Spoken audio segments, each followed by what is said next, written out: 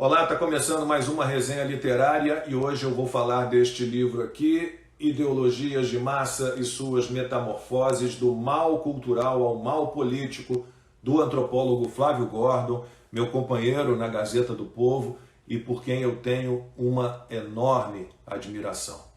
O objetivo do livro é mostrar a corrupção intelectual nas mais variadas formas e indicar como combater essa desgraça. Foi um dos melhores livros que eu li este ano. O Flávio destrói um monte de historinhas, de mentiras sobre vários períodos da história mundial e sobre vários personagens, porque a verdade é a verdade, mesmo que, como cita o livro, Napoleão Bonaparte tenha dito que nada resiste a essa força invisível e misteriosa que se chama opinião pública, o ser humano não pode se entregar.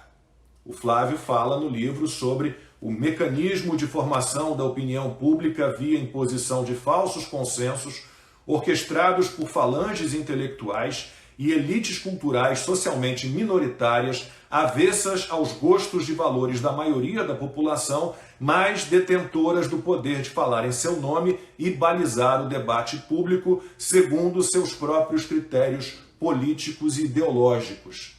Ele fala da janela de Overton, da espiral do silêncio, do sentimentalismo, fala de filosofia, de antropologia, religião, cristianismo, islamismo, ateísmo, neoateísmo, gnosticismo, de iluminismo, positivismo, comunismo, de fascismo, nazismo, globalismo. O Flávio escreve que, ao romper relações com Deus, o ateu ocidental não tem alternativa a não ser a de tomar-lhe o lugar na hierarquia. Ele cita o filósofo húngaro Thomas Molnar, que publicou o seguinte: de tempos em tempos espalha-se entre os homens a crença de que é possível construir uma sociedade ideal. A utopia conduz à negação de Deus e à autodivinização. A utopia é sempre precedida por uma escandalosa constatação da existência do mal e pela sensação de ansiedade diante de um cataclismo eminente. O que escandaliza os utópicos é a percepção de que o mundo é cheio de falhas e imperfeições. Daí que surgem expressões como é chegada a hora, o momento se aproxima, não há mais como esperar. Como se a gente estivesse no limiar de uma nova era. Daí vem a historinha do governo mundial. Era governo mundial, tentaram passar para governança mundial, mas é governo mundial. E daí vem uma gente que não vê a própria corrupção e capacidade de fazer o mal, e que faz o mal, não pelo mal em si, mas para inventar um mundo melhor.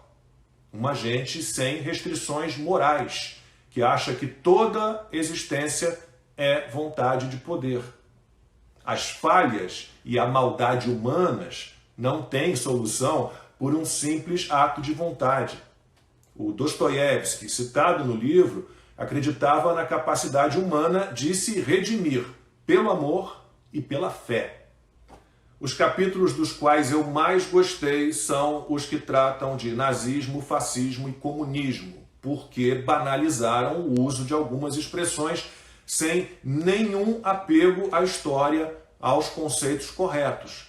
Tem uma fala no livro que demonstra bem isso. É do historiador americano Stanley Payne, e é a seguinte: fascista tem sido uma das peças políticas mais recorrentemente utilizadas, normalmente como sinônimo de violento, brutal, repressivo e ditatorial. No entanto, se fascismo não significar nada além disso, provavelmente seria preciso classificar os regimes comunistas, por exemplo, como os mais fascistas de todos. Olha o que o Flávio Gordon escreveu.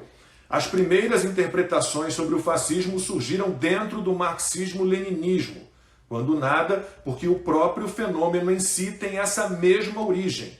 E muito embora a rixa entre eles houvesse sido motivada menos por grandes divergências doutrinárias do que por uma discordância pontual sobre a participação da Itália na Primeira Guerra, os comunistas procuraram desde o início negar a origem revolucionária e marxista comum que partilhavam com os fascistas, empurrando conceitualmente esses últimos para a direita e o reacionarismo.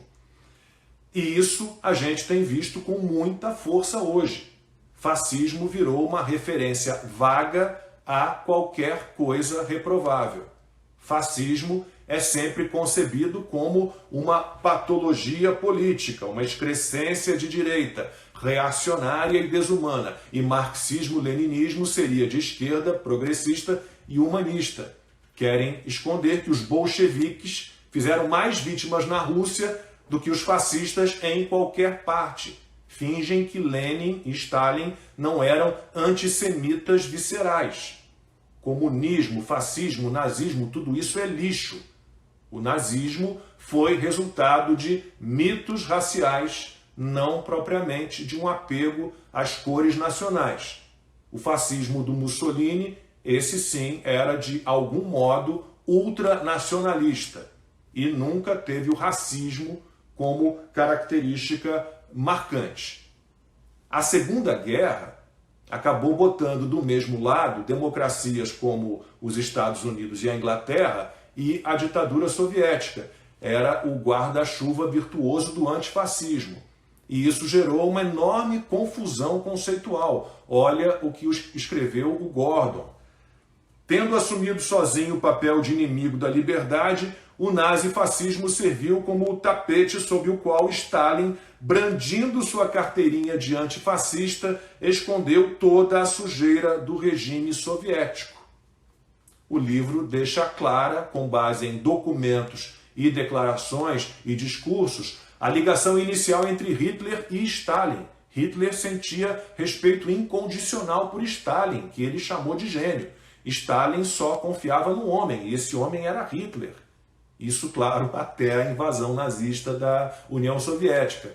Aliás, a ascensão militar nazista só foi possível graças à colaboração soviética. Os pais fundadores do comunismo, Marx e Engels, sempre defenderam o genocídio, e os eslavos eram o alvo principal. No texto Pan-Eslavismo Democrático está o seguinte: nada na história é conquistado sem violência e crueldade implacável. Deve haver uma batalha inexorável de vida ou morte contra os reacionários eslavos, uma luta de aniquilação e terror cruel.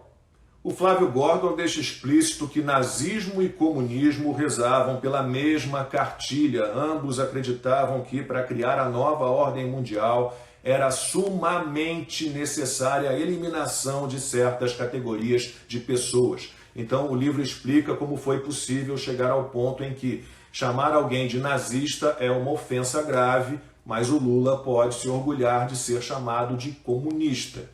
Por que e como o comunismo se transformou numa causa justa, num claro indício de força e caráter e sensibilidade social.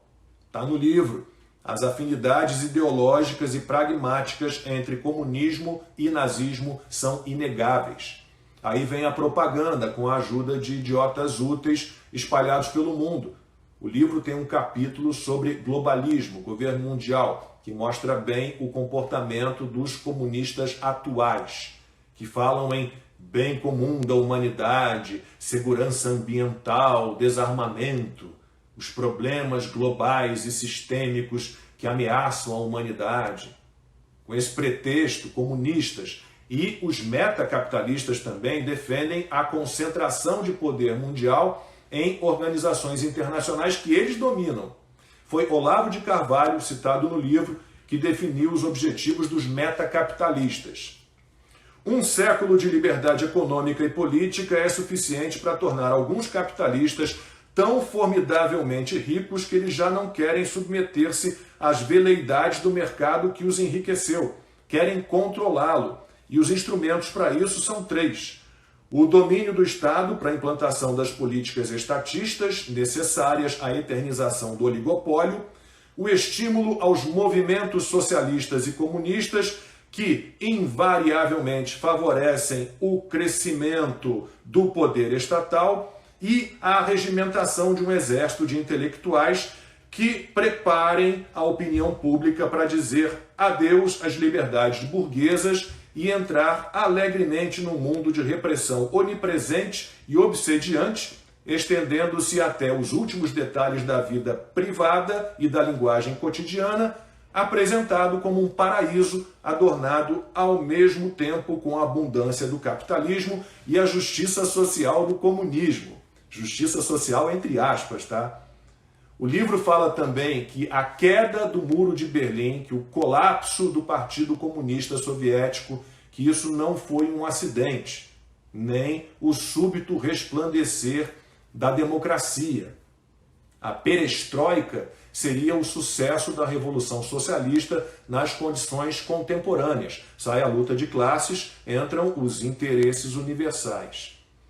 E o que mais? Bom, ideologias de massa e suas metamorfoses fala ainda sobre o Foro de São Paulo, criado pelo Fidel Castro e pelo Lula, fala de narco-estado, e eu encerro essa resenha com uma frase do escritor George Orwell, que está no livro. O mal de todo esquerdista desde 1933 foi ter querido ser antifascista sem ser antitotalitário. Ideologias de massa e suas metamorfoses, do mal cultural ao mal político, do antropólogo Flávio Gordon, livraço, livraço. Você encontra na minha livraria digital, livrariadolacombe.com.br. Obrigado mais uma vez pela atenção e até a próxima resenha literária.